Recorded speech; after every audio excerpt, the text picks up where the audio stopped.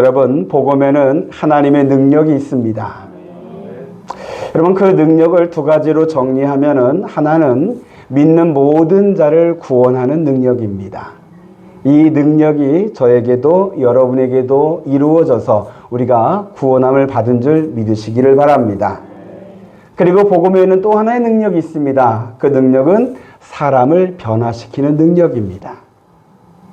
한번 따라서 해주시기 바랍니다. 사람을 변화시키는 능력.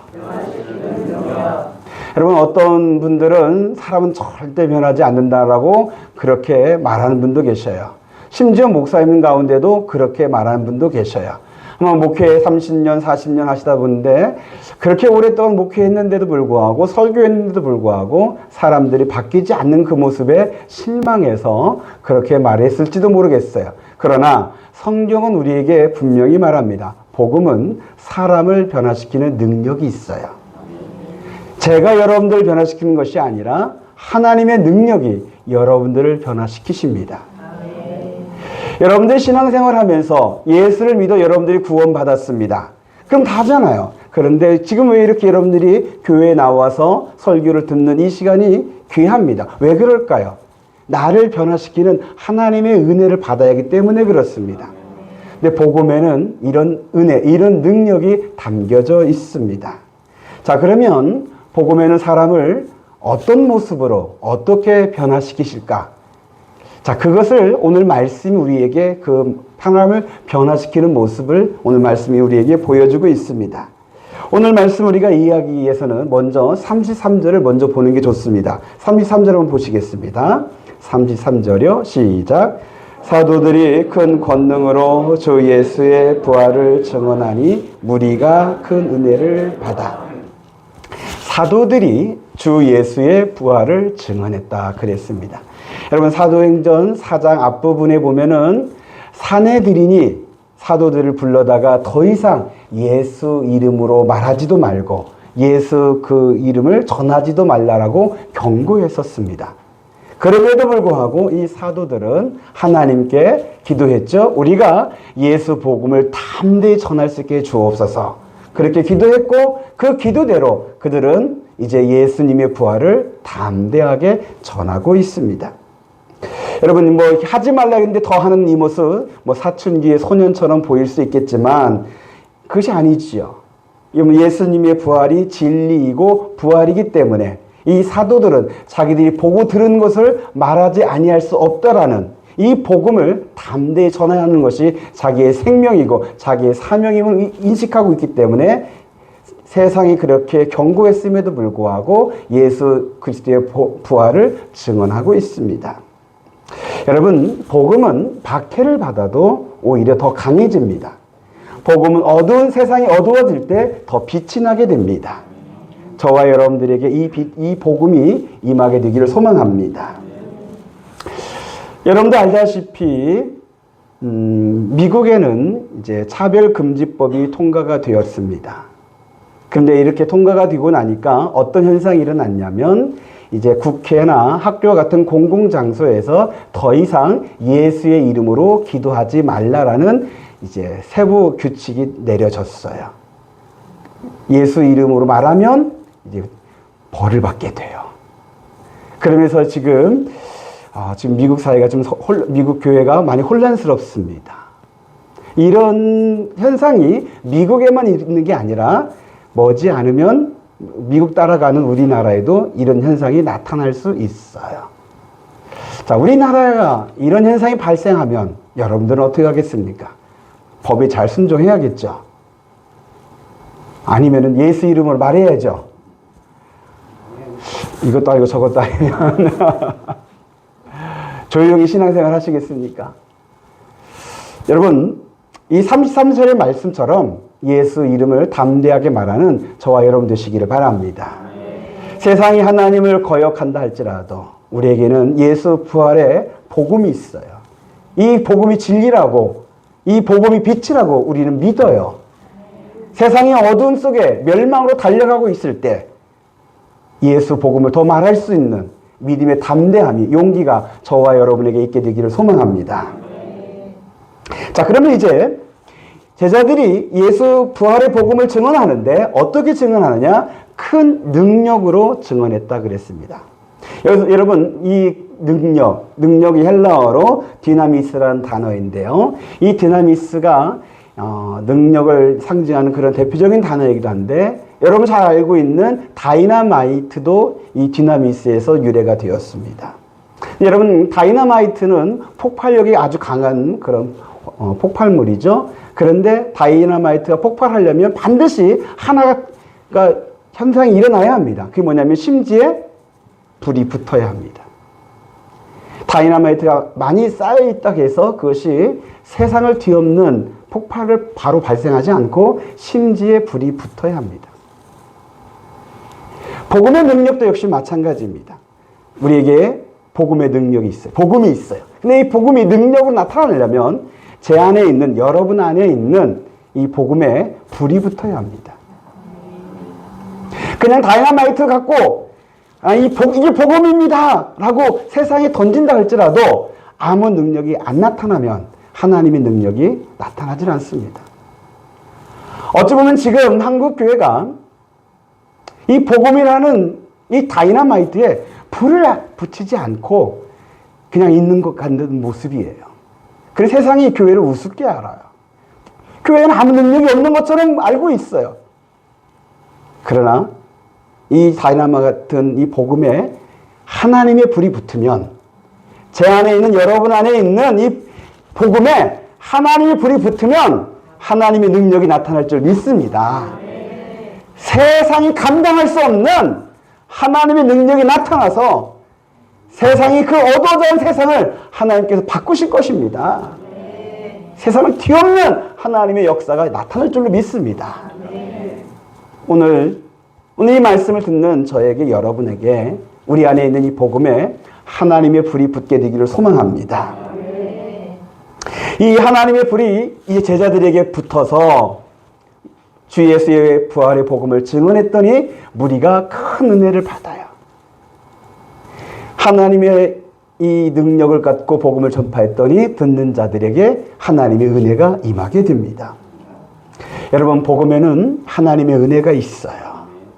예수 부활의 복음에는 하나님의 위로하심의 은혜라든지 소망을 주는 은혜가 있어요. 오늘 오후에 저는 이제 청주에 있는 한 장례식장을 가야 돼요. 그 장례식장에 저희 동기 목사님의 아들이 죽었다는 이제 소식이 들려왔어요. 사랑하는 아들을. 여러분, 부모가 죽으면 땅에 묻고 자식이 죽으면 가슴에 묻는다 그러죠. 저희 어머니가 그런 말씀을 참 많이 하셨어요. 저희 형 둘 다 죽고 나서 어머니는 형들을 자기 가슴에 묻었다고 말씀하시며 그로 인해서 자기가 화병이 생겼다고, 심장병이 생겼다라고 말씀을 많이 하셨어요. 그래서 어머니는 난 예수 아니면 못 산다라고까지 말씀을 하셨어요. 그러나 참 자녀를 먼저 보내는 건 세상의 어떤 말로도 위로가 되질 않습니다.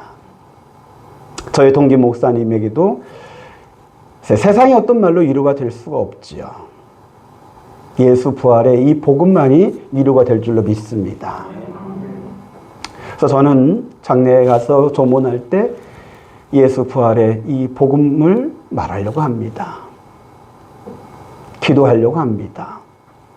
복음의 그 위로가, 복음의 은혜가 그 장례식장에도 있게 되기를 여러분도 기도해 주시기 부탁드리겠습니다. 여러분, 부활의 복음은 사람들에게 은혜를 줍니다. 그리고 은혜 받은 사람들은 변화를 받습니다. 복음의 능력이 나타나서 변화가 나타납니다. 자, 오늘 말씀의 초대교회는 복음의 은혜를 받아서 사람들이 어떻게 변화했는가를 오늘 말씀에 보여주고 있는데요. 여러분, 먼저 32절 보겠습니다. 32절을 다 같이요. 시작. 믿는 무리가 한 마음과 한 뜻이 되어 모든 물건을 서로 통용하고 자기 재물을 조금이라도 자기 것이라 하는 이가 하나도 없더라. 믿는 무리가 한 마음과 한 뜻이 되었대요. 먼저 복음의 능력이 어떻게 나타나느냐? 이 복음의 능력, 복음을 통해서 은혜 받은 사람들이 예수 안에서 한 마음이 되고 한 뜻이 돼요. 그래서 교회가 형성이 되는 거예요. 교회는 예수 안에서 한 마음과 한 뜻을 갖고 있는 사람들의 공동체가 교회입니다. 우리 양문교회도 예수 안에서 한 마음과 한 뜻을 가지고 있는 그런 교회인 줄로 믿습니다. 요한복음 17장 22절에 보면은 예수님께서 이런 말씀을 하셨습니다. 다 같이 보시기 바랍니다. 내게 주신 영광을, 다 같이 시작. 내게 주신 영광을 내가 그들에게 주었사오니 이는 우리가 하나가 된 것 같이 그들도 하나가 되게 하려 함이니이다. 내게 주신 영광이라는 것은 예수님의 부활을 말합니다. 예수님의 부활의 복음을 우리에게 주셨습니다. 그러면서 우리가 이제 예수님과 하나님이 하나가 된 것처럼 우리도 하나가 되게 하려 하신다 하셨습니다. 복음이 전파되면 하나가 됩니다. 성부 하나님, 성자 하나님, 성령 하나님이 하나가 되신 것처럼 우리도 하나가 되게 하십니다. 그래서 하나님께서 하나 되게 하시는 것을 저와 여러분들이 나눠서는 안 됩니다. 은혜가 있으면 하나가 됩니다. 문제가 있어도 하나로 문제를 감싸주면서 오히려 하나가 됩니다. 그러나 은혜가 없으면, 믿음이 약해지면 갈등이 생기고 분열이 됩니다. 혹시나 여러분들의 마음에 어떤 갈등이, 어떤 분열의 조짐이 있거든, 내가 믿음이 약해진 것이라 생각하고 더 주께 주를 바라보시고 주께 무릎 꿇고 기도하시기를 바랍니다. 주님께서 말씀하셨습니다. 성령이 하나 되게 하시는 것을 힘써 지키라고. 우리 양문교회 예수님께서 이렇게 하나 되게 해서 묶고 주신 이 양문교회를 힘써 지키시는 저와 여러분 되시기를 부탁드리겠습니다. 그리고 이제 복음의 능력을 통하여서 은혜 받은 사람들이 어떻게 변화되느냐? 두 번째는 모든 물건을 서로 통용한다 그랬습니다. 이게 참 이 부분이 오늘 설교하는 부분에서 제일 어려운 부분이기도 합니다. 모든 성도들이 이제 물건을 서로 통용했어요.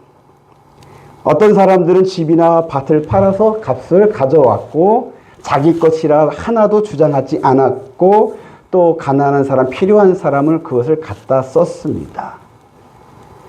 이게 이제 이것을 보고서 어떤 사람은 이게 초대교회는 공산주의가 이루어진 사회다라고 그렇게 해석하기도 합니다. 근데 이건 공산주의가 아니에요. 분명히 말씀드립니다. 이건 공산주의를 나타내려는 것이 아닙니다. 이 모습은 하나님의 나라가 이렇다는 것을 우리에게 알려주는 모습입니다. 이 모습은 하나님 나라의 모형입니다. 여러분, 하나님의 나라는 하나님의 은혜가 있고 한 마음으로 서로 사랑하며 가난이나 질병이나 죽음이 없는 곳이 하나님의 나라입니다. 예수 그리스도의 이 복음을 받음으로 말미암아 초대교회에 하나님의 나라가 이루어진 것으로 우리에게 보여주고 있는 겁니다. 저는 소망합니다. 우리 양문교회도 하나님 나라의 모형이 이루어지기를 원합니다. 여러분들이 신앙생활 할 때 지옥 같은 모습으로 신앙생활 하는 것이 아니라 하나님의 나라를 누리며 신앙생활 하기를 축복합니다. 자, 그러면 서로 물건을 통용하고 이제 재물을 자기 것이다 하지 않고 또 집이나 밭을 팔아 갖다 바치는 이것을 어떻게 이제 해석해야 할까? 제가 이제 주석을 보니까요. 초대교회의 이 모습은 계속 지속된 것이라 볼 수 없다라고 해석을 합니다. 성령이 충만하고 하나님의 은혜를 뜨겁게 받은 이때 하나님의 감동으로 서로 사랑하기 위해서 당시 초대교회는 굶주렸고 가난한 사람들이 많았는데 그들을 보살피기 위해서 자발적으로 자기 것을 내놓고 또 집과 밭을 팔아서 그들을 섬기며 사랑했다라고 말을 합니다. 그런데 이것이 지속적으로 계속된 것이 아니라 한시적으로 이루어졌다라고 말을 합니다. 그래서 모든 교회가 그대로 추구해야 할 보편적인 모델은 아니다라고 그렇게 해석을 합니다. 그래서 여러분들의 반응이 조금 이상한 반응 같은데요.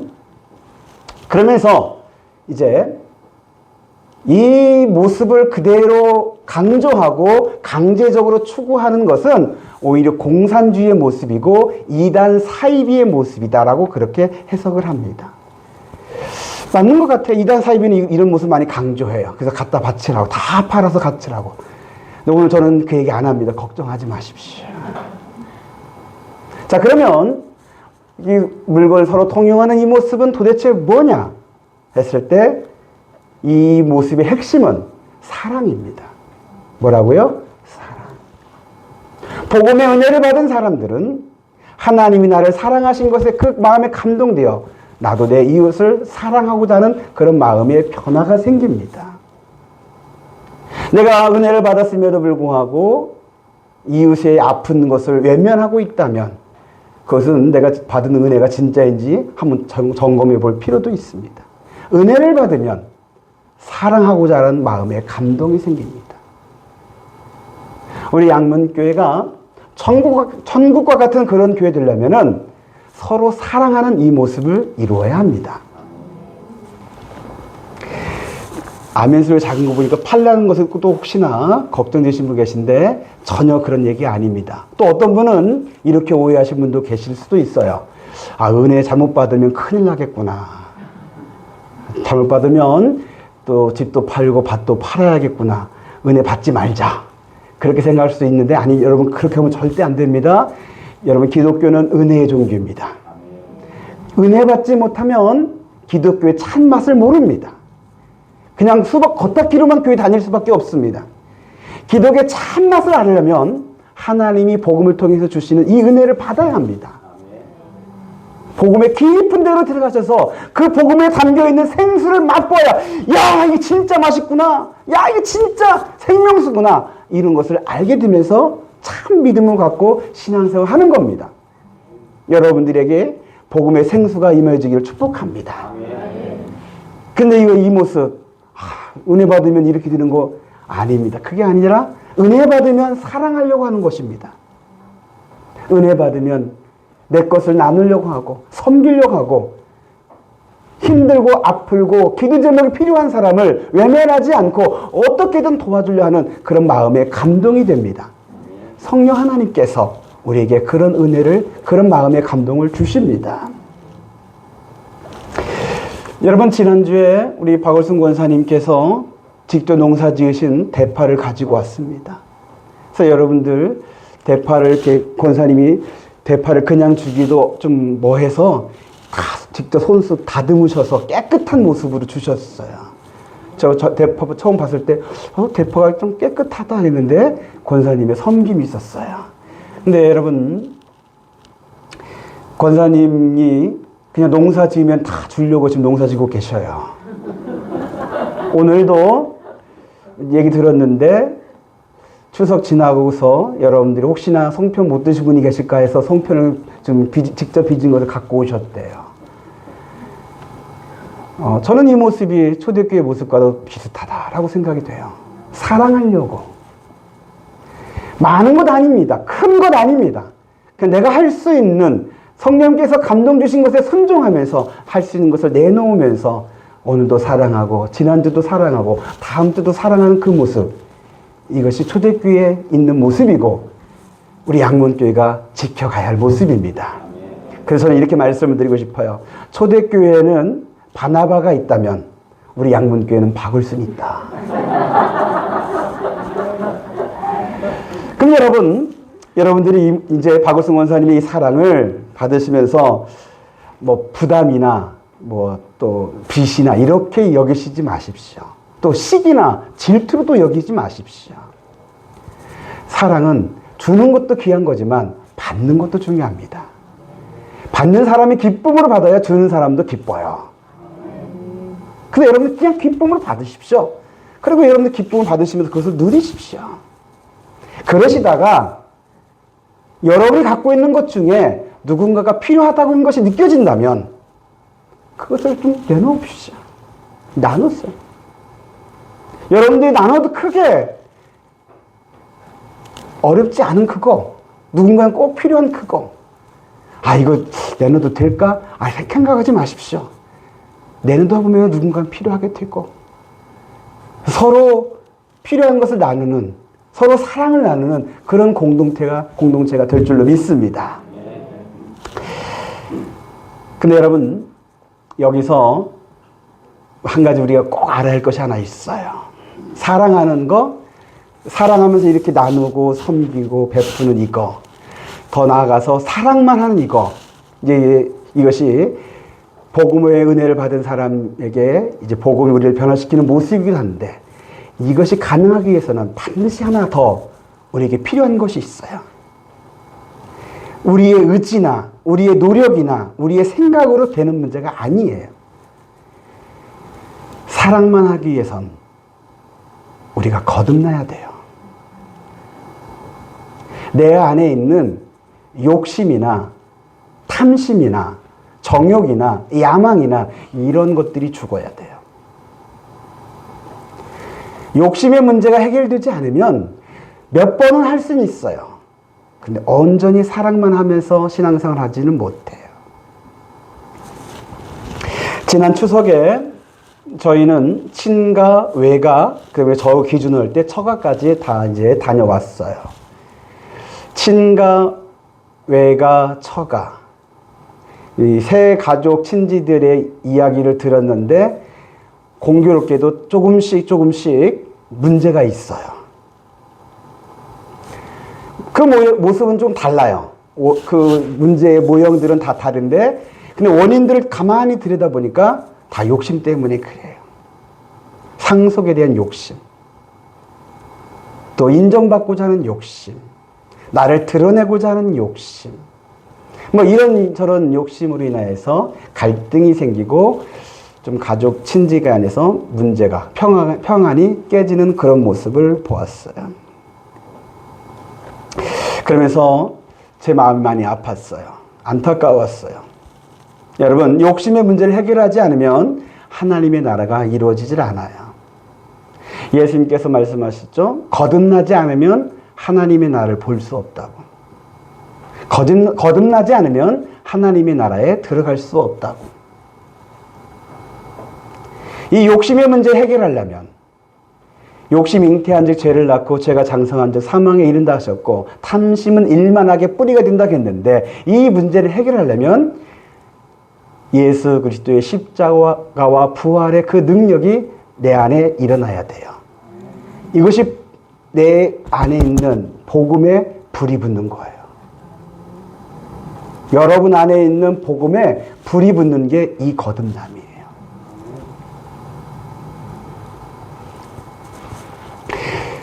저희 그 추석날 아침에 저희 외가 식구들이 이제 산소에 한 40명 정도가 모여서 예배를 드려요. 그래서 저희 외할아버지의 형제들의 그 자손들이 다 모이는 거예요. 그래서 저도 모르는 친지들이 있어요. 저희 외가다 보니까 자주 왕래하지 않아서. 네, 그런데 저희 외삼촌이 목사님이셨고 지금 은퇴하셨는데 지금 80이 넘으신 목사님이신데 이 예배 때 설교하시겠다고 하셨대요. 그 저더러 기도하라 그랬어요. 그래서 제가 이제 주부를 다 만들고 가서 주부에는 제가 기도고 저희 외삼촌이 이제 설교했어요.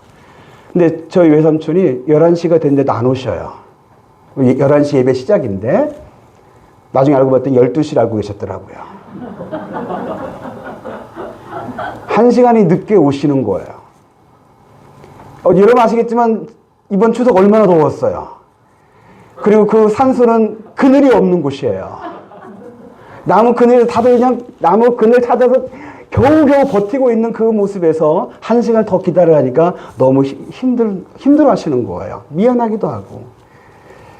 그래서 이제 예배를 주관하는 저희 사촌 형이 저한테 와서 네가 좀 해라. 설교 네가 해라 라고 하시는 거예요. 전 깜짝 놀랐어요. 아무 준비도 안 했거든요. 기도만 준비했어요. 설교 생각은 한 번도 준비 안 했어요. 그래서 저 준비 안 하면 못 해요. 뭐 사촌 형이니까 그냥 있는 대로 얘기했죠. 저 준비 안 하면 못 하는데 아무 준비도 안 했어요. 안 돼, 못 해요. 그랬더니 한 30분 기다리다가 도저히 안 되겠어. 안 되겠다. 네가 해야겠다. 그래서 제가 이제 하게 됐어요. 여러분도 잘 알다시피 저 정말 설교 준비 안 하면 10분도 못 하는 그런 사람이에요. 입이 둔한 사람이에요. 어떻게 설교해야 할까? 뭘 설교해야 할까? 고민됐어요. 하나님 도와주세요. 그 짧은 순간에 기도 정말 간절하게 했어요. 근데 그때 생각났던 말씀이 갈라디아서 2장 20절 말씀이었어요. 갈라디아서 2장 20절 말씀이 어떤 말씀일까요? 여러분 보시기 바랍니다. 시작. 내가 그리스도와 함께 십자가에 못 박혔나니 그런즉 이제는 내가 사는 것이 아니요 오직 내 안에 그리스도께서 사시는 것이라. 내가 그리스도와 함께 십자가에 못 박혀 죽는 거예요. 그리고 죽는 것은 끝나지 않고 내 안에 예수님이 사시는 거예요. 이게 거듭남의 말씀이에요. 이 이야기를 했어요. 여러분, 예수를 믿는다고 해서 다 된 게 아니더라고요. 옛사람의 그 혈기와 욕심과 야망을 갖고 살아가면 여전히 우리에게선 죄의 냄새가 여전히 나요. 예수 향기 나질 않아요. 나 옛사람은 그리스도와 함께 십자가에 죽고 그 죽은 것은 끝나지 말고 예수님이 내 안에 사셔야 돼요. 예수님이 나를 주장하셔야 돼요. 예수로 충만하셔야 돼요. 그러면서 저의 이야기를 좀 하면서 설교를 마쳤어요. 여러분, 제가 설교할 때 처음에는 제가 많이 긴장을 했어요. 말도 더듬었고 심지어 실수도 했어요. 제가 목회하는 곳을 이 화성을 경기도가 아니라 강원도라고 말할 정도로 평상시에 제가 여기를 강원도로 여겼나 봐요. 제가 강원도 화성에서 그렇게 이제 긴장할 정도로 말이 안 나올 정도 긴장하면서 떨었는데 설교를 하면서 제 마음이 담대해지더라고요. 그리고 나는 죽고 예수가 사는 이 복음을 전할 때 하나님이 제 마음에 제게 힘을 주시면서 힘있게 설교를 할 수 있게 해주셨어요. 이 설교 후에 많은 분들이 참 은혜로웠다, 은혜 많이 받았다라고 말씀들 하셨어요. 그래서 우리 저 외갓집 식구들에게 하나님께서 주시는 귀한 생명의 말씀이라고 저는 그렇게 믿어요. 여러분, 설교에는요, 제가 하는 설교도 있지만 하나님이 하시는 설교도 있어요. 아마 여러분들은 아니 하나님이 하신 설교가 다지 목사님이 하신 설교가 있냐고. 근데 실질적으로 그게 있어요. 제가 하는 것들도 많아요. 물론 매주마다 하나님이 하시기를 기도해요. 그런데 하나님이 하실 설교도 있지만 제가 하는 설교도 있고, 진짜 은혜는 하나님이 하실 때가 진짜 은혜예요. 하나님이 설교하실 때가 진짜 그때 불이 붙는 것 같아요. 여러분, 지난 7월에 우리 조근욱 집사님의 장례를 치렀어요. 그리고 어제 우리 조근욱 집사님의 아들에게서 문자가 왔어요. 그 문제의 내용은 이거였어요. 지난 장례 때 목사님의 말씀에 은혜를 받고 제가 반성하고 하나님 앞에 온전히 회개하며 엎드렸습니다. 그리고 신학대학원을 휴학하고 5년 동안 방황했는데 목사님의 설교를 듣고 이제 신학대학원에 다시 복학을 했습니다. 2학년 2학기로 복학했습니다. 목사님 너무 감사합니다. 제가 꼭 기회를 만들어 목사님을 찾아뵙겠습니다. 그 문자 너무 감동이더라고요. 근데 그 제가 한 게 아니라 하나님이 하신 거예요. 그때 장례 때 저는 정말 뭐라 설교할지 막막했었거든요. 하나님 하시기를 간절히 기도했었거든요. 제가 이것을 말하는 것은 여러분, 제가 설교를 잘한다는 것을 드러내기 위함이 아닙니다. 설교에도 하나님이 하신 설교가 있고 그때 분명히 능력이 나타납니다. 그런데 조금 전에 말씀드렸지만 제가 하는 설교도 있고 하나님이 하신 설교도 있는데 매번 하나님이 하시길 저는 기도하는데 하나님은 제 조종을 받질 않아요. 내가 하라는 대로 하나님 하시는 분이 아니시더라고요. 그런데 여러분, 하나님이 나를 주장할 때 하나님이 하신 설교가 나타나더라고요. 나는 죽고 예수가 살 때 하나님이 하신 역사가 나타나더라고요. 여러분의 삶도 마찬가지입니다. 나는 죽고 예수가 살 때 하나님이 하시는 은혜가, 하나님이 하시는 역사가 나타나요. 내가 하고자 할 때는 오히려 하나님은 침묵하셔요. 그러나 나를 내려놓고 하나님이 나를 주장하시는 것에 하나님의 그 마음에 그 감동에 순종하면서 하나하나 나아갈 때 하나님이 하신 역사들이 나타나요. 나는 죽고 예수가 사는 이 거듭남이 우리에게 너무 꼭 필요해요. 교회 10년 다녔다, 20년 다녔다, 그게 중요한 게 아니랬어요. 저희 가족들, 저희 친지들, 문제 일으켰던 그분들, 물론 예수 안 믿는 분도 계셨지만, 그런 예수 잘 믿는다 하신 분도 계시고, 심지어 목사님도 계셔요. 그런데 그 욕심에 미혹되어서 가정의 평화를 깨는 그런 일들을 벌이더라고요. 여러분, 예수님으로 충만해지면은 우리는 더 가지려고 하는 그런 마음을 내려놓고 나누려고 하는 주님의 마음을 갖게 되는 줄로 믿습니다. 정말 예수 안에서 우리 믿음의 눈이 뜨이면 우리가 기도할 때 무엇을 달라 하지 않고 오히려 감사합니다 고백하게 되고 어떻게 하면 내가 나눌까 섬길까 그런 마음을 갖게 되는 줄로 믿습니다. 이미 우리는 하나님에게서 많은 것을 받았습니다. 예수 그리스도의 그 구원을 받았습니다. 하나님의 성령을 받았습니다. 하나님의 나라를 받았습니다. 우리에게 정말 중요한 거, 그 귀한 것들을 하나님은 이미 다 주셨습니다. 그런데 우리는 자꾸 달라고만 한다는 건 뭐가 부족하다고 느껴졌기 때문에 그래요. 그러나 여러분의 심령이 예수로 채워지면 달라집니다. 부족하진 게 아니라 오히려 은혜가 넘친다고 고백하며 이 내게 주신 이 은혜가 헛되지 아니하도록 내가 오늘도 사랑하게 해달라고 섬기게 해달라고 나눌 수 있게 해달라고 그렇게 기도하게 될 줄로 믿습니다. 사도행전 말씀에 보면은 주는 것이 받는 것보다 복이 있다라는 말씀이 있어요. 저희 가정의 가훈이기도 해요. 저희 아내는 이 가훈을 정말 잘 지켜요. 잘 주려고 해요. 그래서 제가 힘들어요. 옆 사람은 힘들어요. 그러나 여러분, 그게 행복이에요. 가지려고 할 때 행복이 있는 게 아니라 주님의 마음으로 줄 때 행복이 있어요. 하나님의 나라가 그렇게 이루어져요. 사랑하는 성도 여러분, 예수 그리스도의 십자가와 부활의 복음에는 하나님의 능력이 있어요. 그 능력을 우리가 구원받았고 이제 우리가 변화되어야 할 줄 믿습니다. 우리 모두 예수 이름으로 사랑만 하면서 하나님의 나라를 이루고 여러분 모두가 다 하나님의 나라를 누리고 하나님의 나라에 다 들어가실 수 있게 되기를 우리 주 예수 그리스도 이름으로 축복합니다.